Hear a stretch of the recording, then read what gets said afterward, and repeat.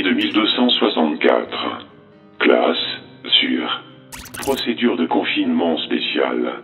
Le bâtiment dans lequel se trouve SCP-2264-A étant inévitablement connu du public, les mesures de sécurité doivent se concentrer sur la prévention de tout accès par des civils à l'entrée de l'anomalie. La Fondation coopère avec le gouvernement du Royaume-Uni afin de garder secrète l'existence de SCP-2264-A. Un passage secret menant à SCP-2264-A a été construit et constitue à ce jour le seul moyen d'y accéder. L'entrée d'origine de la pièce où se trouve SCP-2264-A a été murée, ce qui permet d'en limiter l'accès aux seules personnes autorisées. Description. SCP-2264-A est une porte en fer située dans une pièce cachée sous la tour Martin qui fait partie de la tour de Londres, aussi appelée Palais Royal et Forteresse de Sa Majesté. La porte ne se déverrouille pas de manière classique et son ouverture requiert un processus très codifié. Un appareil complexe, composé d'outils alchimiques comme des alambics, des cornues, ainsi qu'un creuset, est attaché à SCP-2264-A. D'après les journaux trouvés dans la pièce cachée, SCP-2264-A, souvent appelé porte de Janus dans les notes, Janus est le dieu romain du commencement et des transitions, et se trouve donc associé aux portes, ouvertures, arches et passages. Serait l'œuvre de Henry Percy, né le 27 avril 1564 et mort le 5 novembre 1632. 9e comte de Northumberland, un aristocrate anglais, alchimiste, longtemps retenu prisonnier dans la tour de Londres. Malgré sa condition de détenu, le comte a conservé une certaine influence et a pu profiter d'un train de vie confortable ainsi que d'un accès aux livres et à du matériel de recherche. Il était surnommé le comte sorcier, en référence à sa grande bibliothèque et son intérêt pour les sciences et l'occultisme. Il est possible que d'autres individus parmi les associés de Percy aient été impliqués dans la création de SCP-2264, en particulier John Dee, célèbre alchimiste et astrologue de la reine Elisabeth. L'école de la nuit, une société secrète versée dans l'étude des sciences, de la philosophie et de la religion, ses membres ont été soupçonnés d'athéisme, ce qui à l'époque ne révélait pas seulement du blasphème, mais constituerait un acte de trahison et d'anarchie, dont Henry Percy faisait probablement partie, a peut-être été impliqué aussi. Journal d'Henry Percy, le comte sorcier. Nigredo, nous allons faire face à la noirceur de l'âme. La glande pinéale estera nouvellement tailleres. Le feu évoquit la ténébrore. Albedo, lavez les impuretés. La pluie lave les péchés et prépare la malice. Séparés, pas selon les règles de combination, mais plutôt en deux principes qui esteront rassemblent pour former une union de contraires. Citrinitas, la victoire va du pair avec le jaunissement de la conscience lunaire. Le blanc l'abandonne à l'albe, la lanterne voyageuse tue la lune. Rubedo, le rouge allude, au contraire, laissez un holocauste sanglant sur la machine. Un alchimiste de la Fondation a été consulté et a déclaré que les instructions se rapprochaient vaguement de celles du Magnum Opus, un processus en 4 étapes visant à créer la mythique pierre philosophale. Pour reproduire cette procédure, il a fallu Censuré. Pour accéder à cette information, veuillez contacter le département des études alchimiques. D'une manière qui n'est pas encore comprise, un mécanisme de SCP-2264-A réagit au produit final et déclenche son ouverture, ouvrant un accès vers SCP-2264-B. SCP-2264-B est une cité extradimensionnelle qui ne correspond à aucun lieu connu, terrestre ou non. Les objets qui proviennent de SCP-2264-B se dématérialisent lorsqu'ils traversent SCP-2264-A. Il a été découvert par la suite que ces objets se rematérialisent là où ils ont été pris. Ceux qui traversent SCP-2264-A déclarent que tous leurs effets personnels disparaissent et que leurs vêtements sont remplacés. Les habits qui les remplacent sont décrits comme ressemblant à ceux que l'on porterait pour un bal masqué et sont plus particulièrement associés au carnaval de Venise. Ils se dématérialisent à la sortie de SCP-2264-B. Si les vêtements portés à l'intérieur de SCP-2264-B peuvent être retirés librement, les masques sont quant à eux inamovibles. La plupart des habitants de SCP-2264-B sont vêtus de manière similaire. Les agents rapportent que les costumes ont un côté organique et emploient fréquemment le terme « chitineux » pour les décrire. Les résidents les plus communs de SCP-2264-B sont vaguement humanoïdes et ont depuis reçu la classification SCP-2264-1. Le ciel y est décrit comme jaune et comportant un nombre indéterminé d'étoiles noires qui ne correspondent à aucune constellation, connue ou hypothétique. Les bâtiments sont construits de telle manière qu'ils ressemblent taillés d'une seule pièce. Les seules couleurs aperçues dans SCP-2264-B sont le noir, le blanc, le jaune et le rouge. L'architecture est non euclidienne et les lois classiques de la gravité ne sont pas suivies. Cela pourrait venir de l'existence de plusieurs puits gravitationnels au sein de la cité, mais ne peut pas être mesuré directement. Certains habitants pouvant sembler marcher sous un escalier alors que, dans leur propre gravité, ils le montent normalement. La ville est décrite comme sentant les fleurs séchées avec une pointe de moisissure, ou encore un peu comme les vieux livres. La véritable taille de la cité est difficile à mesurer, mais elle semble se situer sur une île entourée d'un océan noir dont la composition est inconnue, mais qui est décrit comme plus visqueux que l'eau. Les opérateurs ont déclaré avoir l'impression d'être en état hypnotique lorsqu'ils étaient à l'intérieur de SCP-2264-B et avoir du mal à évaluer les distances et les durées. Bien que SCP-2264-B soit un lieu tangible et ne soit pas considéré comme un fantasme, ceux qui avaient des antécédents de rêves lucides ont fait preuve d'un meilleur contrôle d'eux-mêmes ainsi que d'une attention accrue par rapport à ceux qui n'en avaient pas. Les opérateurs doivent être remplacés tous les mois en raison du risque d'addiction psychologique à SCP-2264-B. Les premières tentatives d'exploration ont entraîné 8 désertions parmi les opérateurs, et ceux qui n'ont pas déserté ont eu du mal à décrire ce qu'ils avaient vu de manière cohérente ou détaillée. Rapport d'exploration du mené par le docteur Calixto Narvaez, premier déploiement. La nature quasi hypnagogique de SCP-2264-B en a conduit certains à le considérer comme un rêve ou une hallucination, et donc à rater sa vraisemblance inhérente. En tant que rêveur et utilisateur expérimenté d'hallucinogènes, je suis tout désigné pour cette mission. Mes camarades ont rapidement succombé à l'anomalie, et se sont abandonnés aux plaisirs décadents que la cité peut offrir, tout particulièrement dans le palais. Aussi tentant que ça a pu être, je ne suis pas joint à l'orgie frénétique à laquelle les autres se livraient. Je suggère qu'on interviewe à nouveau ceux qui sont déjà entrés dans SCP-2264-B. Il est peu probable qu'ils nous aient dit tout ce qu'ils avaient vu. Si on leur donnait une chance de contrôler un rêve, beaucoup de gens prétendent qu'ils voleraient ou qu'ils visiteraient les étoiles. Ce sont des menteurs. La plupart choisissent de se vautrer dans la luxure. Encore une fois, ce n'est pas un rêve. Mais je peux comprendre pourquoi rares sont ceux qui arrivent à percevoir la différence. Ça me rappelle la légende des assassins. La manière dont leur chef était censé droguer ses recrues avant de les amener dans son château, au sein duquel se trouvait un jardin des plaisirs qui rivalisait avec n'importe quel paradis imaginaire. Les gens croyaient vraiment qu'on leur donnait un avant-goût de la divinité. SCP-2264-B se comporte d'une manière assez proche, bien que je pense ce ne soit pas la source de son attrait. Je n'ai pas l'impression qu'il s'agisse d'un piège, c'est juste une ville. Quoi qu'elle soit magnifique au-delà de tout ce qu'il m'a été donné de voir. Mais il se trouve qu'elle existe en dehors de notre réalité, et qu'elle ne respecte pas tout à fait les lois de la physique auxquelles nous sommes habitués. J'ai fait des découvertes importantes en explorant SCP-2264-B. 1. Traduction universelle des langues. Bien que la plupart des agents entendent les habitants s'exprimer en français, je les ai entendus dans mon espagnol natal. Même les membres de mon équipe, lorsqu'ils s'adressaient à moi, semblaient le faire en espagnol tant qu'on était dans l'anomalie. J'ai découvert que ça s'appliquait aussi au langage écrit, mais dans une moindre mesure.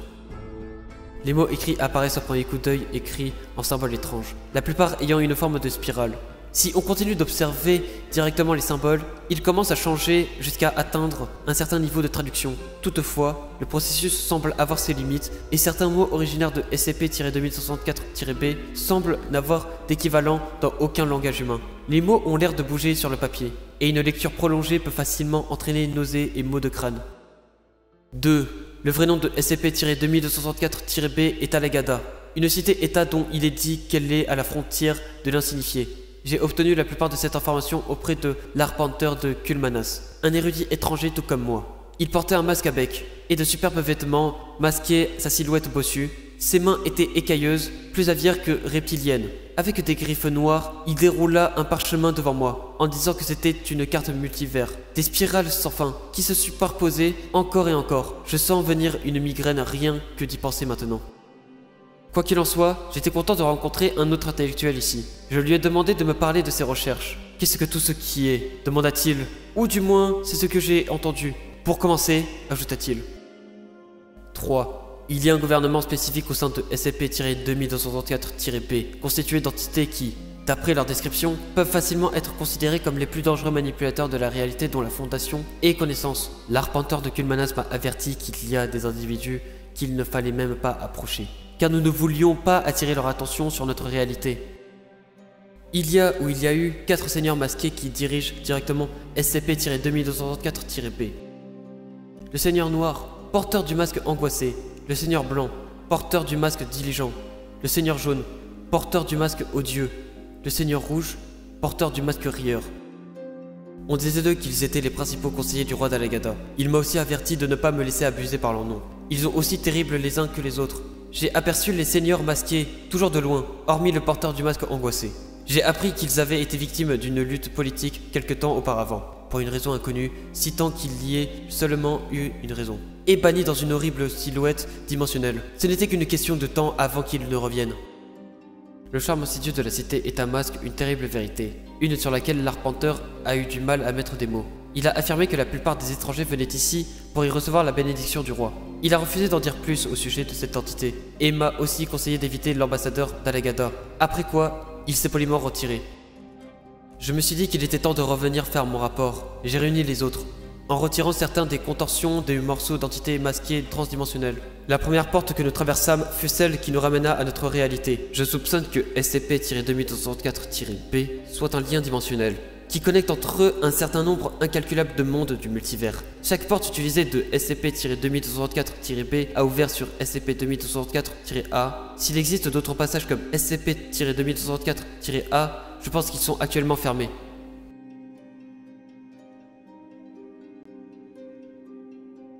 Le docteur Calixto Narvaez fut félicité pour son initiative. Un examen psychologique a déterminé qu'il n'y avait pas de contre-indication à son retour dans SCP-2264-B dans un futur proche, bien qu'il lui ait été demandé d'employer un ton plus professionnel dans ses rapports. Des niveaux d'activité plus élevés que la moyenne dans les lobes pariétaux, au cours d'états de conscience altérés, sommeil ou autre, seront recherchés pour les futurs opérateurs. L'arpenteur de Kul Manas a reçu la classification SCP-2264-2 et est considéré comme une source d'information inestimable. Les seigneurs masqués d'Alagada ont reçu la classification SCP-2264-3. Rapport d'exploration du mené par le docteur Calixto Narvaez, deuxième déploiement. Je pense que SCP-2264-2 est la seule entité en qui on puisse vraiment avoir confiance dans Alagada. Et je me suis immédiatement mis à sa recherche. Il y a des milliers voire des millions d'habitants dans la cité. Mais SCP-2264-2 se démarque et semble ne s'intéresser qu'au savoir que SCP-2264-B peut lui offrir, et en particulier la bibliothèque du palais. La collection était impressionnante, et pour autant que je sache, aurait pu être infinie. La pièce n'avait pas de fin visible, le couloir s'étendait jusqu'à l'horizon. J'ai parcouru ce hall qui semblait sans fin, en compagnie de l'agent Cromwell et du docteur Yu, à la recherche de SCP-2264-2, j'ai feuilleté quelques grimoires et parchemins.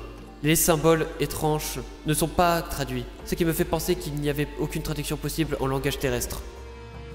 Au bout d'un moment, nous avons trouvé SCP-2264-2, aussi affable que d'habitude, qui a exprimé son inquiétude pour nous. Je lui ai demandé de développer et j'ai recopié ce dont je me souviens de sa réponse. L'ambassadeur d'Alagada va bientôt rentrer d'Adidom, et il faudrait être fou pour rester. Je vous suggère de partir aussi vite que possible, et je vais faire de même. Je l'ai remercié pour cet avertissement, et lui ai dit que nous n'allions pas nous attarder longtemps. Je lui ai demandé de me parler d'Aditom. Il m'a répondu. Une cité terrible remplie de gens non moins terribles. On dit que le grand carciste d'Aditom sert les desseins d'un être plus ancien. Une horreur qui pourrait même rivaliser avec le roi pendu d'Alagada. SCP-2264-2 poussa un cri proche de celui du corbeau. Je ne devrais pas parler d'eux, pas ici. Je lui ai demandé qui il était. Je voulais en savoir plus sur lui. Il a répondu. Je suis l'arpenteur du Kulmanas, un érudit. Comme vous vous en doutez sûrement, je suis un arpenteur du plan astral, un navigateur de la mer céleste, ainsi qu'un spéléologue des profondeurs planétaires. SCP-2264-2 a remarqué quelque chose à propos de notre aura, déclarant qu'elle était rare dans le multivers, bien qu'il admette en avoir rencontré de similaires lors de ses précédentes venues à SCP-2264-B, il dit quelque chose du genre. Le marché immortel de Londres, plein d'avarice et de sombres ambitions. Il y en avait un autre, un étranger dans un lieu étrange. On aurait dit qu'il ne savait pas où il était. Il sentait la peur. J'ai du mal à imaginer comment quelqu'un pourrait arriver involontairement sur Alagada. Je ne pensais pas ça possible. Il est parti peu après et je ne l'ai jamais revu, disparu en un clin d'œil. Il continua en parlant des carcistes et des gardiens d'Aditom, affirmant qu'ils empestaient la pourriture et le liquide amniotique. C'étaient tous les êtres qu'il avait rencontrés qui partageaient une aura similaire à la nôtre. Je pense que SCP-2264-2 est capable de percevoir la zone dimensionnelle d'une entité. SCP-2264-2 a complètement retourné sa tête, un peu à la manière d'un hibou, et a croissé, déclarant « Je sens que l'ambassadeur d'Alagada est revenu. Je me retire de cet endroit, et je vous enjoins d'en faire autant. Partez, n'attendez pas, je passerai peut-être dans votre dimension un jour. » SCP-2264-2 est partie par la fenêtre la plus proche. Elle refusa de bouger, mais je pense qu'elle a connecté SCP-2264-2 à sa dimension d'origine. Nous sommes sortis de la bibliothèque, en marchant rapidement. Je ne voulais pas attirer l'attention sur nous en courant. Nous avons trouvé une porte qui n'était pas verrouillée, et nous sommes rentrés. Nous n'avons pas vu l'ambassadeur, ni son roi, mais j'ai l'impression qu'il vaut mieux que nous ne les cherchions pas.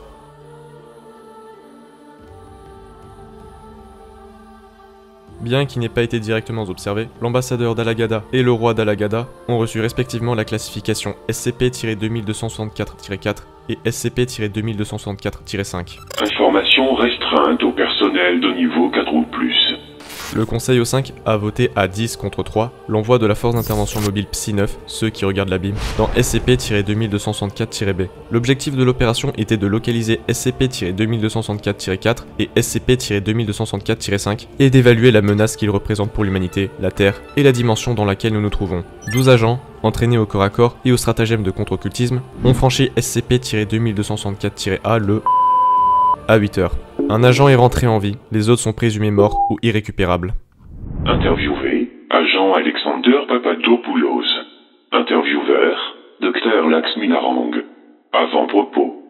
L'agent Papadopoulos était dans un état critique lorsqu'il est sorti de SCP-2264 et a rapidement perdu connaissance. Un examen clinique a révélé que la plupart des os de son corps étaient brisés et qu'il souffrait d'une importante hémorragie interne. Après 3 semaines d'hospitalisation, l'agent Papadopoulos a été déclaré apte à être interrogé.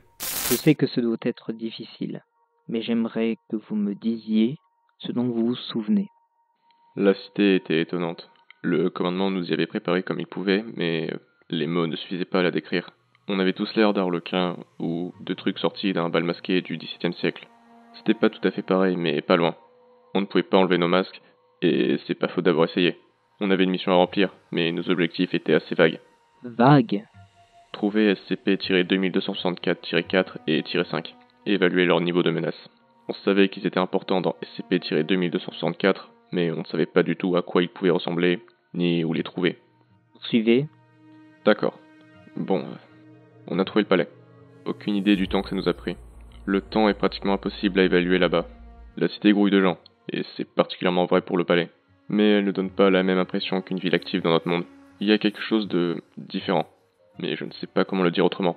À mon avis, c'est pas important. Les choses sont devenues floues. Elles avaient l'air de suivre la logique d'un rêve. La logique d'un rêve? Ouais, je veux dire, c'était pas un rêve, j'en suis sûr. Et j'ai des cicatrices qui le montrent. C'était bien réel. Mais vous avez déjà remarqué de quelle manière les détails passent à la trappe dans un rêve? On se retrouve quelque part, sans vraiment savoir comment on y est arrivé. C'était pareil. Je me souviens du bal masqué, la musique, la danse, oh, et la baise. Le tout avec les masques, bien sûr. Toujours parés de leurs masques. En voir certains nus nous a fait réaliser à quel point les costumes étaient sophistiqués. Leur peau était comme de la porcelaine. D'une certaine façon, on pouvait dire que c'était les autochtones. Vous savez, SCP-2264-1. Mais plus on y regardait, moins ils avaient l'air humains. Certains avaient trop de membres, d'autres pas assez. Un peu comme des hommes serpents. On dirait les monstres d'un vieux comique de fantasy que je lisais quand j'étais gosse. Désolé, je m'égare. J'ai mal au crâne rien que d'essayer de me souvenir. Je n'arrive pas à bouger mes bras ni mes jambes.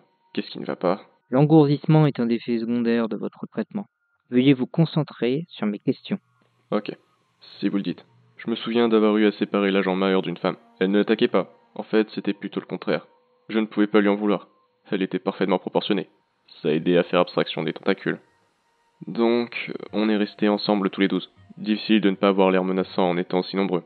Bref, on s'est déplacé dans le palais, et ça ressemblait à un labyrinthe. Franchement, j'aurais pas été surpris d'y croiser un minotaure ou un truc du genre. On a passé la plupart du temps à descendre les marches, je crois. Je me souviens avoir eu l'impression d'aller de plus en plus profondément. Et là, alors qu'on pensait avoir atteint le fond, voilà qu'on est à nouveau dehors. On aurait dit qu'on était exactement au même endroit que lorsqu'on était entré dans SCP-2264-B. Putain, on pouvait même voir le palais au loin. Mais il y avait quelque chose de différent. Tout était noir, les couleurs étaient parties. Du genre, on pouvait voir et tout, mais comme dans un brouillard matinal tout gris. Les rues étaient vides et les bâtiments avaient l'air... en ruine? Ouais, c'était comme si toute la cité avait été abandonnée il y a très longtemps. Désolé, silencieuse. Pas un bruit en dehors de nos pas. On est entré dans cette itération du palais. Tout était identique du point de vue de l'architecture. C'est là qu'on a commencé à entendre les chuchotements. Ils parlaient dans une langue que je n'avais jamais entendue. Je les sentais se glisser par mes oreilles, entrer dans ma tête. Nous Veuillez poursuivre. nous sommes détruits. Pardon? On ne voulait pas, mais on n'avait pas le choix. L'ambassadeur d'Alagada, il nous a trouvés. Il n'avait pas de visage, pas de bouche, ni de nez, ni d'yeux. J'ai pensé qu'il portait des vêtements très ajustés et des talons hauts. C'est à ça que ça ressemblait au premier coup d'œil, mais non, c'était son corps. Sa peau était noire.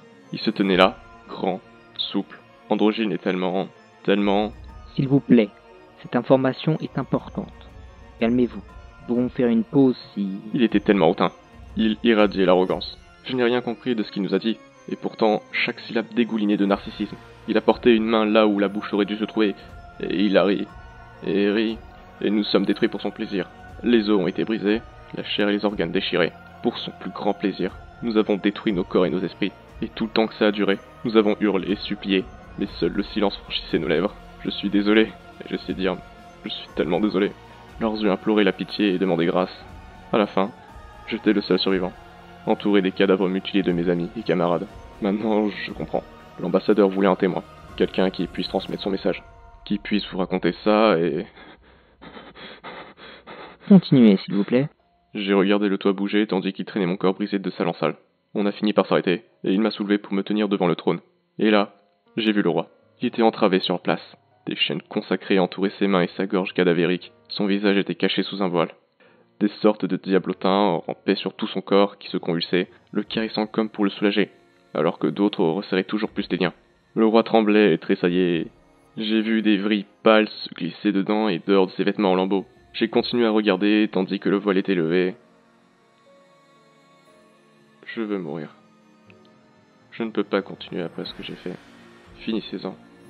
Je ne sens plus mes jambes. Je ne sens plus mes bras. Pas comme ça. Pas comme ça. S'il vous plaît. Je vous en prie. Vous savez que j'en ai pas le droit. Veuillez me dire ce que vous avez vu. Un trou en forme de Dieu. La désolation stérile d'une réalité ratée et déchue. Vous voyez la lumière d'étoiles qui sont mortes depuis longtemps. Votre existence n'est que l'écho du cri d'un Dieu qui meurt. L'invisible se rapproche. Il vous encercle, et il se resserre comme un nœud coulant.